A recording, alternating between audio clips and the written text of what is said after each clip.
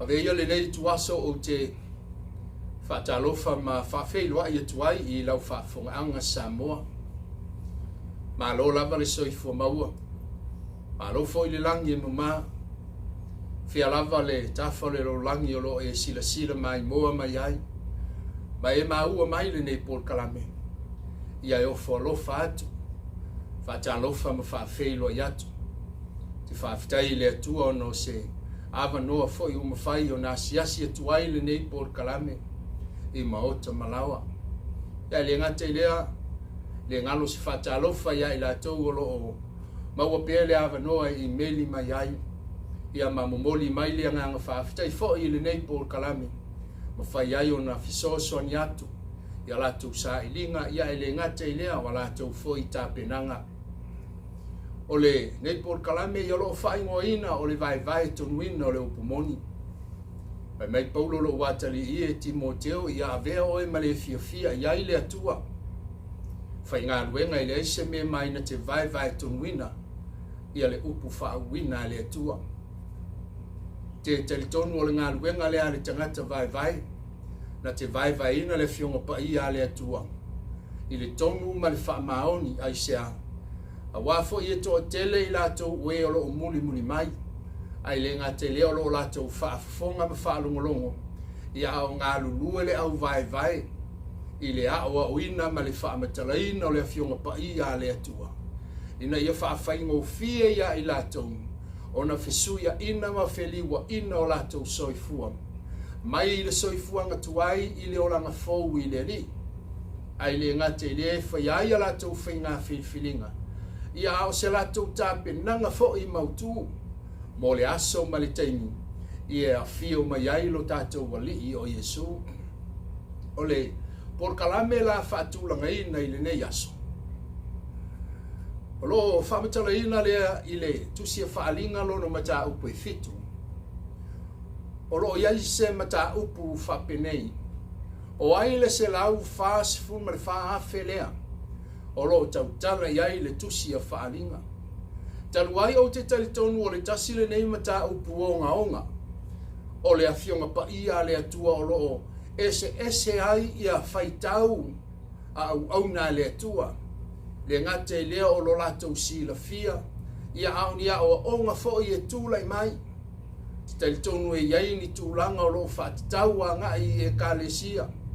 Ia o nisi fo i e whaatitau i talitonunga. Ai le ngate lea o lisi fo i anga o onga e whaatitau i whalapo e putonga. Ia e manei olo iei lea fionga pa ia le atua. Whapena o na tātou whaitau ai lo si la fia malo iloa. Ia o te tonu le awha whaingo fie ai. Ia o na tātou whema lama iai. I le fionga pa ia le atua. O le au whaitawina le whaalinga lono me tā upu e fitua le whai upu e whaa. Mai na o whalonga foi i le whaitaua o whai o e na wha mau whailonga ina.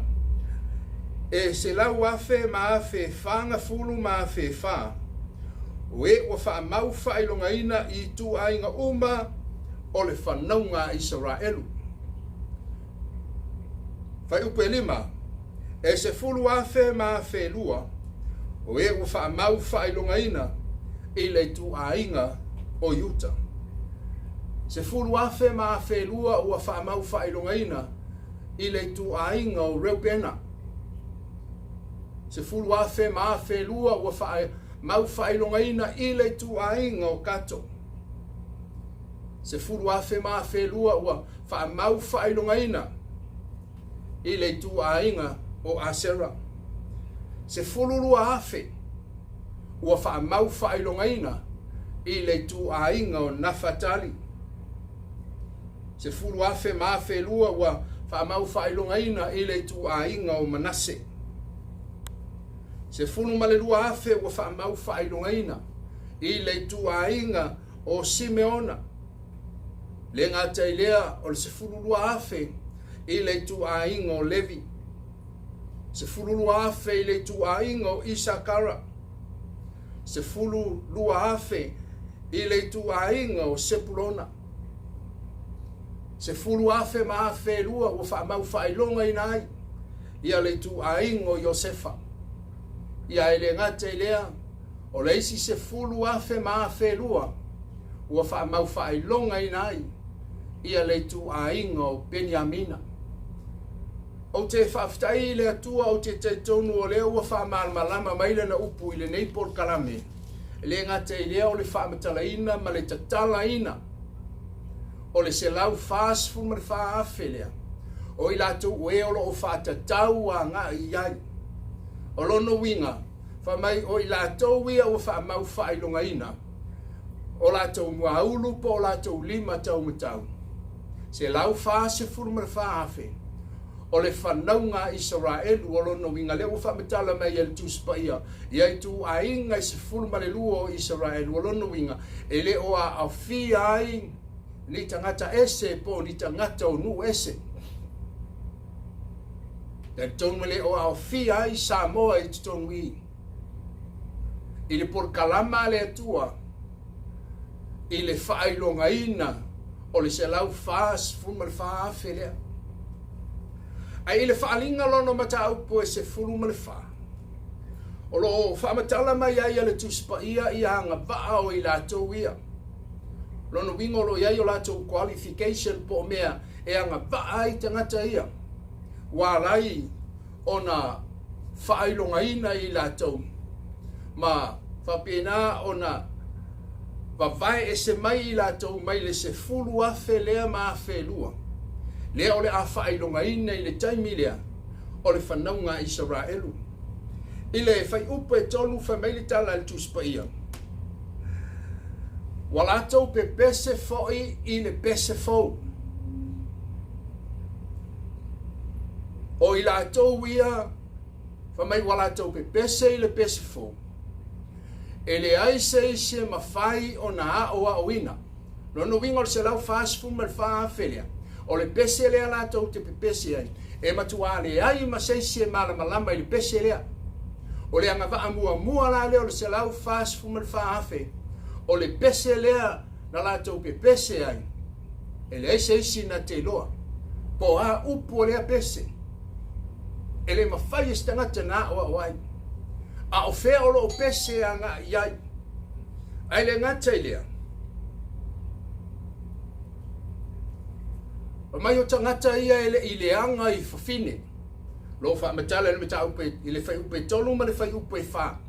O mai o i lātou ia ele i leanga i whawhine. O lono winga i wholinga mai ai. O talavou po o tau le lea i lātou ia.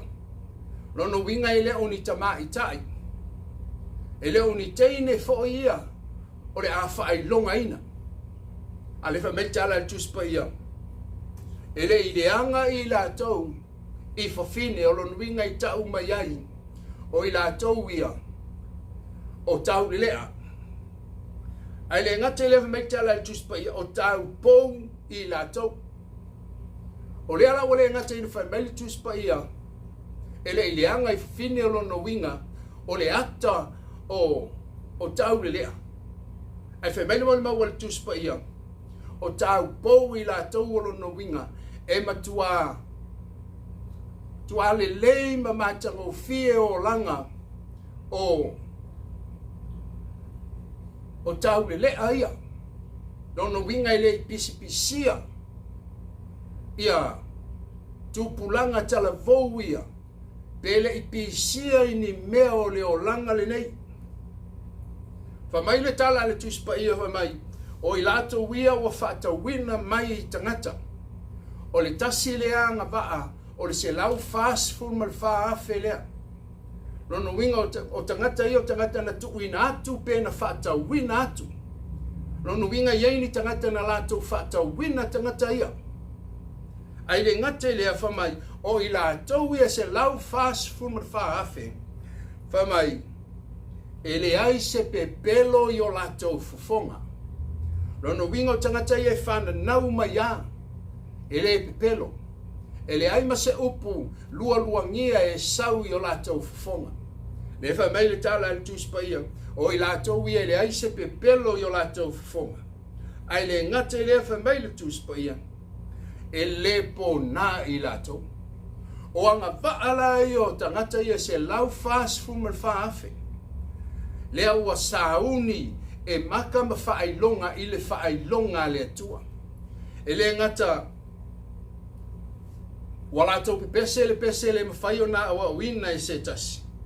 Ai le ngata e lea o i la tau ia i le anga i fufine. Dono winga i le ia mi o matanga. O i la tau o tau pou o lono winga. E le i pisia i ni mea wha le larolangi. Mai o i la tau ia o wha tau wina mai tangata. O i la tau i le ai se pepelo i o la tau fufonga. E le po na i la tau. O le fisili i la e tūla e mai. O ai i la tau ia. Le o whamatala il tuspa ia matua se lau pasene. Le ai ma se mea e wha le tonu ai i la tau ia. Le tioa sauni. Ia le atua e wha ai longa i la tau ia. E tusi ai lona suafa. E maka ai le wha ai longa. O le atua e le ngata o la tau lima tau matau. A o la tau muaulu. Le ape ona o tala noa. O loo whata tauanga i a Israelu. E le ai ma se atunu ese po si tangata ese o iai. E o lava i Samoa. Le o whamatala il tuspa i alo no winga i tau mai ai. E matua le ai lava. Se i vanga nā le nuku o le atua. Le o loo whata tau iai. Le o mense mai il tuspa i le ngata o i tu a inga. Awa umana Vaevae mai le tuspa ia le se fulu afe ma afe lua. Ia le fo ua whamatala le tuspa ia. I o latou wanga waa. Ia i latou ia e whatatau tonu iai. Ia le whamatalanga lea le tuspa ia. Ia o te tele tonu e tofu ale au na ia malona si la fia. Lana fo ia o onga o lana whamatalanga. Ia au se tala noanga fo ia le neipor kalame. Ia o te tele tonu po e tau si la fia le taimi na o atu ai mako i sa ili po fea le mea o iai Jesu. Na lato wa fea ai le maota le tupu. Ma fisili ai po fea o whana wai le pepe fau. Wa mato wa ai alona fitu i sasae o le mele wa mato wa mai ai e ifo ia te ia. O te tali tonu sa matua le mautonu ia herota i le taimi lea. O le afo i le tupu wa whana mai. A o le nofo o ia o le tupu. Whai maile o le tala herota wale lei o mai e o ina o. A whai tau te maua le pepe fau. Ia ono toi fo i mai lea. Whai lo mai i a te au. Ia se o watu fo ia uia e pasa wifo. Ia ona o leo makoi wala tau maua le pepe fau i le fale o manu. Whai maile mo le maua le tuspa ia wala tau wifo i a te ia. Ta lai ala tau mea lofa. Tu ina atu i a te ia. O le aulo, o le mulo ma le pulu ni panu. Wa umana ave ala tau mea lofa. Wa mai wa whaai loa i a te ilatou. Aua tau te toe foi i a herota. Ai sui le ala tau te ui ai. Le ala ua o i a makoi. A leo ua le mautonu herota. Le ua nofo ma whaatalitali le taimi. E toe foi mai ai. Ia makoi o te tali tonu wa umi se taimi o whaatali. Wale ai se tali e maua. Wa talinga i seu foi, wa tali i seu. Ia lona mana onga.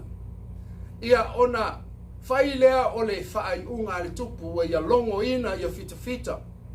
Ma ia tala noa iai wha mai au tau wong. Lua tau sanga. Ma e pito atu iai. Ia au tau fasiotia. Ia tama mea po o ta maiti la aiti e whatetau i le taimi nei lo ai le fitu. Nā mata ona ngau i oi fita fita i lea taimi. Ma mata ona la tau fasiotia le lua tau sanga. Ma e pito ane iai. E tali tonu la ulata o le taimi le i tonu o Israelu ina ua whaia le whaai unga le tupu. E le o se taimi whai ngofie. Se taimi ere i susuru ai le la ma se aso ele i malama lama. O se taimi o pongi sa. Nai whamatala ai le tuspa ia whamai ua tangi rasela. Wale mawhai o na whanana i a te ia. Le ngata i leo le tusi a mata i alo toi whamatala. Talo po le tusi i ore mi alo whamatala i whamai. Ua matua tangi au e wel rasela. O le aso leo se aso pōngisa. Se aso na whita ngisi ai mātua. Ono le pele ma le alofa ia i la tau. Leo wa whaia iai le whai unga le tupu. Ta maitia ta ilua tau sanga. Leo whai mai le tala le tūspa ia. Le vaenga mua mua. Pa mai o i la tau ia o la tau pe pese i le pese fōu. O le alo no winga o le mea. Ta maitia ta ilua tau sanga. E tau le mala malama ai tātou le la tau ngana. Ai ai so watali po so walo e lua tau sanga. Ai tango lai tu le lua tau sanga le na ai tala no mai ia toi. E te fiu e tau whalongo. Po le ale mea lai whai mai ai. A tala no mai le lua tau sanga pe tala no ma le pito atu iai le whamatala tu spaia. Pe tasi le tau sanga pe tasi ma le afa tau sanga. E te fiu e tau whalongo. A o lai na whaafsanga ai le lua tau sanga ma le lua tau sanga. Pe lua tau sanga ma le tasi ma le afa tau sanga. A whaafsanga i la ta maiti la itia. Na pau ale me e mai Tonuina. Na o le talie e fia aisea. E malama lama le lei. Ia le lua tau sanga lea. I le ngangana leisi lua tau sanga lea. Ai a whaila e tala no atu i ati. O e tala no mai i atia. E te fiu. E tau whaamalama lama. Tau whaalongo po le ale me le ma na o ai. Ia nei whanau la iti ia. Au tala no inisi por kalame iei lau whanau la iti. Tai tasi ma le afa tau sanga, ma le lua tau sanga, ma le tonu. Whanau o si o watari. E teimi o mai e tala no mai a te au se mea. E fiu e tau whalongo. Po le ale mea lai ma na o ai. E sau le tasi ma le afa tau sanga, o te le malama lama ai. Ai au whai atu la i le lua tau sanga lea. Alu eva ai po le ale mea lai ma na o ai. Ia so te. Na ana savali atua. Na ana vaai atua na o le. Ma le a. Na le whealua ia o lima sau le matua lea whato le ale mea mga. Amai o e mga o le whangsusu. She want a milk. E malama lama i la le tau me titi lea. A o te le malama lama ai. Le anga famele tala le tuspaia. O lo la tau pe pese i le pese fong. E le ai masai se malama lama iai. O le ngangana la ta maitia. E le malama lama ai i tātou. Ai mawhai ona la tau malama lama ai. O taimi la ai o ti ngā ma taimi o whai ngata. O ala me tupu i le soifuanga i le taimi lea. O la ai fia la tau. Po le ale mata o le pelu e wha la mai. O le a foi le tau ma le sau le fita. E le popo le ala atou i se mea. Ai se a pau ale mea le iai la atou na o le pipese. Le alo na winga o le mea. Fa mai e pese i le pese fou. O taimi la o ti ngā ma taimi o whaingata. O le pipese e ta maitia. E le o pipese i le lorolangi. A o lai pipese i le langi. E le malama lama i la tatou. Ai se i vanga nale se lau fast food ma wha awhelea. E malama lama le lei. O lo latou pe pese ma vivi i le langi. Le ala le wha mai el tuspaia. E le ai masai sie malama lama iai. Na o ta maiti aia. Se lau fast food ma wha awhelea. O le pe pese i le langi o le malama lama i le atua. Mai tala tuspaia lo pe pese i le pese fou. E le tusi la wha alinga. Mai le tala le tuspaia. E le ngata ina pese ai le pese a mose, ai le ngata i leo le pese a le tamai mamoe. O te talitonu la e lua pese to e pese i le taimi o le unga. E le ngata o le pese a mose o le ata o le tūla fono. Ma le pese a le tamai mamoe, o le ata o le wha o le tanga le Yesu le na wha o le inai, lau so i fua ma lo wala. Salupo e mana tua le taimi no mai a Israelu. Wa ma ngoto ia kariota malofia kariota a farao i le taimi lea. Na vaia ia Israelu wa tawhita whea ma o peo pea. Ia vai ngā au ma solfanua. A farao i le taimi lea whamai o na pe pese leo Israelu. Wala tau pe pese i le pese o le manu malo. Na tusi la ia i la tau i le nāwai taimi le pese. Na oa o ile o le nu o le atua. o le pese la le na, e malama uma ia le nu, na lātou pe pese ai. A le pese le tau tala i el tuspa ia i, e le se se malama i se vanga na le se lau fast food man whaafe.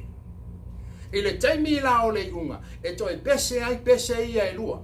E le ngata o le pese a le tamai mamoe, ma le pese a mose o le ona le tūla fono.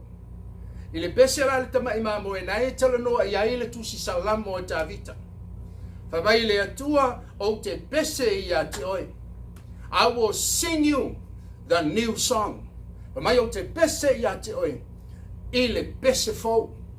Pese lena pe pese ai. Ia se lau fast fumal whaafe lea. Ai le ngate lea. Whamai o i la tau ia i le anga i fufine. Ia wa e si le fia le lua tau sanga. E matua piu ao la tau o langa. E le ai ma se me wha le tonu. I le soi fuanga po le o langa o le tamaititi e lua o na tau sanga. Mai mo le maua le tuspa ia o tau pou i la tau. E le pi sia i se me le anga o le o langa le nei. Ai sea, lua tau sanga. Se lau pasene. Ia se lau fast fuman whaafe lea. Mai tuspa ia o i la tau ia e le ai se pe pelo i o la tau fofonga. E ai ma se pe pelo. Ta maitia e luas e te lau fast fuman whaafe le lua tau sanga. La tau te le loa. Pe pelo i o la tau fofonga. Whamai e le po nā i la tau. E le ai se ila, e le ai se pona. Le ai se manu minumi. E ngate lea whamai o i la tau ia. Ua whaatau wina mai i tangata. O te tali tonu o le taimi lea ua onga whaasalanga. A le taimi lea o te iloa lea nganga whaamatua. A iaiso walo mnai whana witi lua tausanga. Salo wa whaia le taimi lea o le whewa ai o fitufita. E le ngata o tao ia a mea mama ai e fasioti ai na i whanau. Te alo le taimi lea ua official tamama le tina matu mai le tamaititi lea i lonu fatafata. A mai le lua tausanga po nai whana witi wopo mai. A le taimi na sau wai le whaasalanga lea. Fa mai le tuspa ia wa whaatau i tangata. Po le ala le pele ia te oe o lo watali. O le ala wa lofa i lo watali. Na pau ala unga luenga, o la unga luenga i whai, o le release. Po le ale nau i lo whirangalo ma lo loto ma le alofa i nei whanau. O le taimi e sau wai le whai unga o mai le sala. O launga luenga ma launga luenga o le awhai. O le tuu ina atu lea ina ia fasiotia. O mai oe wa whaatau wina mai i tangato lono inga wa release atu e lato matua. Au nei whanau ia. La ai fia lato. E tu atu ale mata o le pelu ma le mata o le tau. La ai pe pese i lato. O le ngā luenga la tato o le release atu i le fili. Au ta maiti e le popole. Po le pelu, po le tau, o la lava i pe pese i lato. I le atua o le rangi. O le se lau fast full man wha afelea. O ai i lato ia. Le oro tau wha atata ma wha iloa mai e le tuspaia. Ia ngā vaa o nei whanau ia i le taimi lea. Lea na matua suwipi ai. Ia le lua tau sanga mai e pito ane iai. I le taimi o le sala ina ua le maua. Ma ua pelongia. Ma ua whailo atu i mako i aune toi foi i ahe rota. Whailoa ma le whai unga le tupu i le taimi lea. A le mānaia i o le whaametalanga i Isaia. E lima sifurma le tolu whai upu e varu. Whai mai le tala i Isaia. E le ai masaisi e mawhai o na ia whaamatala ina. Po se tasi e mawhai o na ia tala ina ia le tupu langa Yesu. O le taimi tonu a lea o le lua tausanga.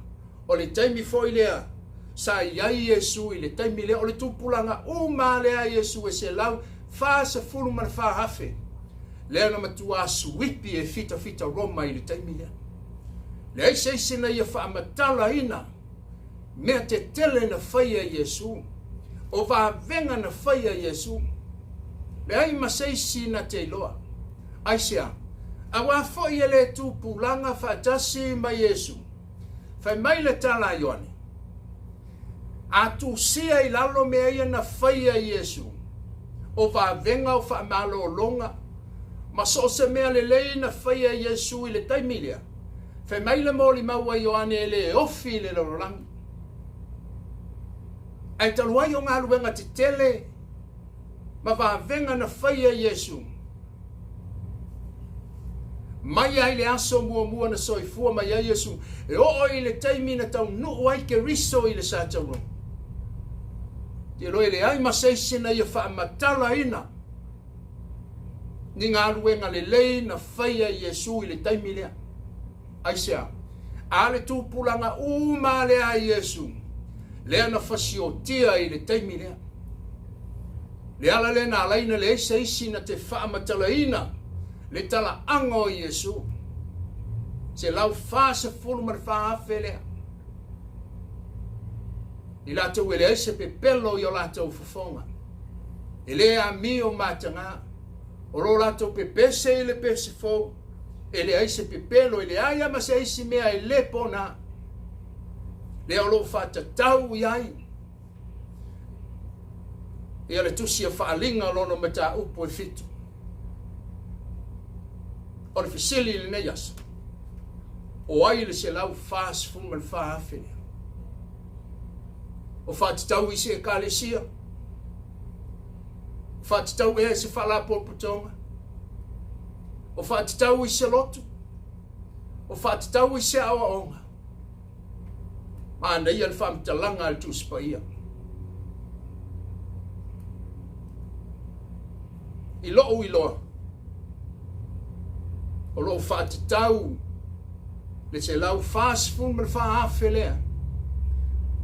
I nei whanau iti o e na mali liu whaamaturo.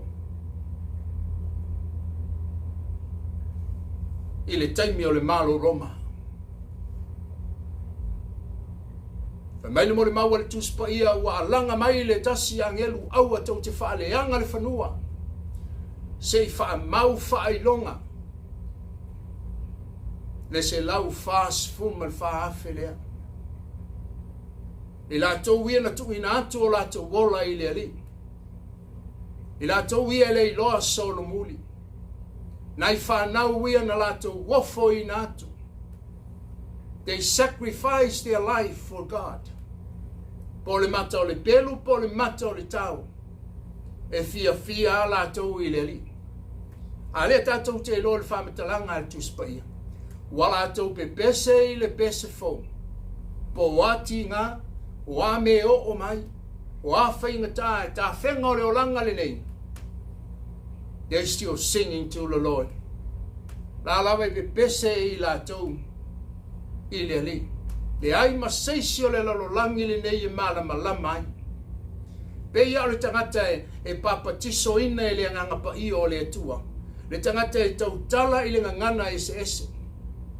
Te lo le ngangana ese ese o le ngangana lea, e matua le malama lamai lava satani. Na pawa le tangata e malama lamai. Na o le tangata ua papatiso ina e le atua i lona nganga pa ia. O le tautala la i le ngangana ese ese. O le ngangana le a le langi. Wa fio la Iesu i le langi ai. A wina mai le nganga pa ia. Fa mai Iesu aua tau titu ua i Jerusalema se ia fio mai le nganga pa ia. Ia o ia le nai whaima wha malosi ma Rev Sosene. Ai te rore tala le tuspa ia le aso na li lingi mai ai le nganga pa ia. O le tumu i o le au whaitio. Le au mui. Tangata whaale tino, tangata whaale lorolangi. Lātou te le malama lama i mea le langi.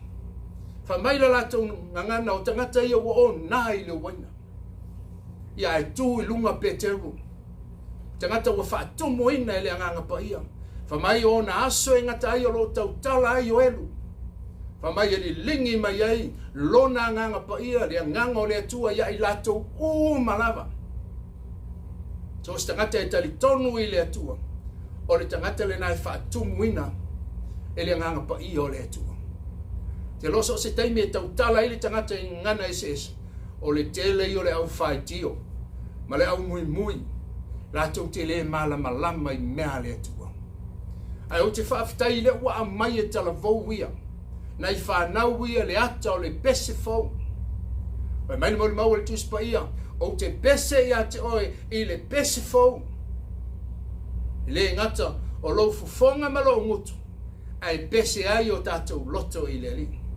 O ani matangi manifisowa inga, whaafatia tā mai o le o langa le nei. Tātou te pese le pese fau i le li. Le ala ua whaamanuia iai le atua, o le fisiri, o ai le se alau whaasfu ma le whaafilea. E le ngata o le whanaunga Israeli wele o iai masenu ese i tutonu, a o lato wanga waa, le o lo whaamatala i le tuspa ia. E le ngata ina pese le pese fau, o tau pou i lato, we na whata wina mai tangata, o i lato i le aisa pepelo i o lato fonga. A o lato soifua, e le ola pona i le li. Le tio whaamatala i le tuspa ia, pa mai hao i le taimi e a fio mai Yesu e a vatula na i kalesia, o le kalesia i le ise ila, i le ise pona e matuale e ai ma se maanu minumi e tasi. Ai te sila fia o i Samoa, e tasi ale awala, e sauni ai, ma ui ai le tangata i mea ia le api o ne tala noa ma iai le tuspa ia. O lo tātou talia o Yesu e whai mā lii ma whaola. O na paua leo le awala. Fa mai le tala le apostolo Paulo le tusi ngā ruenga fa mai. Wale ai se isi ngoa. I lalo le langi le nei. Po le lalo langi le nei. E ma whai o na whaola i nai. Se i vanga nā le suwafo Yesu.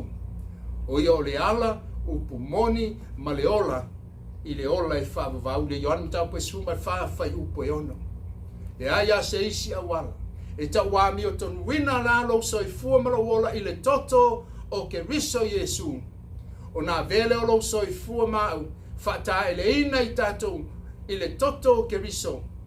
Whaamama ina i tātou. Na tātou wola le i lana mi o tonu. O na tutusa le o lo so i fuamalo ola. Pe o whanau witi alo whaamatala e le tuspa ia.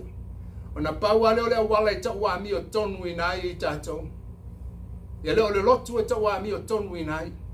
Ia leo le avilu i tonu o le kalesia e tau wami o Tonuina i. Ia leo le tele o ni mea tātou te foai e tau wami o Tonuina i. E mai le mo le mau o le tuspa ia wale ai, ua le ai lava. A o le toto tā ua o ke riso. Na paua leo le awala, e ta wami o Tonuina i tātou. Ma sauni ai tātou mo le langi e whaavava. Ai le i tāpunia le nei por kalame. Ia e vatu pea le nei i awanoa, e fia fo le nei por kalame, e ofa i nātu le nei i awanoa.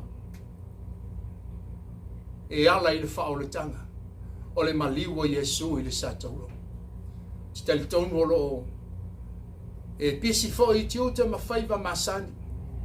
Ia ai longo puia li i pea le nei por kalame. Se manatu e tu atu i o tafutafa. Pea whai e te whina ngalo iai. Ma lia iai lo whina ngalo e avea Yesu e whai maa lia i ma whaola. O ia o le ala i le ola e whaavavau. Ma mai le tala Ioane o i lato uma o e na talia o ia ma whatua tua i lona suafa. Na ia avatu i le manuia avea i lato uma whanau wale atua. Ai mana mi e talia Yesu le ne yasa. Fai o ta te talo fatasi ma o laula vale te talo. E te vala a wina ai ia le ali o le ola ia fia mai. A tātou te talo. Whaaftai Yesu au whalongo i lau upu le ne yaso. Wa te tala i nātu lau loto i a te oe. Wa o iloa ma o mautinoa. O wau o le tangata angasala. Ai tasi le awala i whaamamai nai. O lo talia o Yesu e whai mali i mawhaola. Ta tala i nātu lau loto i a te oe. E te awhio mai ai. A whio tu mawai. Whai a se loto fau mua. Tai tai o wala. Nei o tau nuu i le manuia. whaafitai Iesu wa e tatala le langi ma le ola e whaavavau moa. Amen. Ia ole porkalame nai nei aso Samoa. Whaafitai atu I lo taimi e silisile mai ai ma mai moa mai ai le nei porkalame. Ia o te tonu I se taimi foi o mua tātou toe whelua I foi le nei porkalame ua whaingoina o le Vaevae Tonuina o le awhionga pa I a le atua. Au iai sau mai lau te talo nganga pa ia pa iatu whamalolo. So se tautonga ti ngā, so se tasi wa iai se soifuanga le mautonu. E le aise me whaingatai ia te oe le atua. Pa iatu whawheiloa I mwhamanuia. E ala I lo lava suafa Iesu. Amen e amen.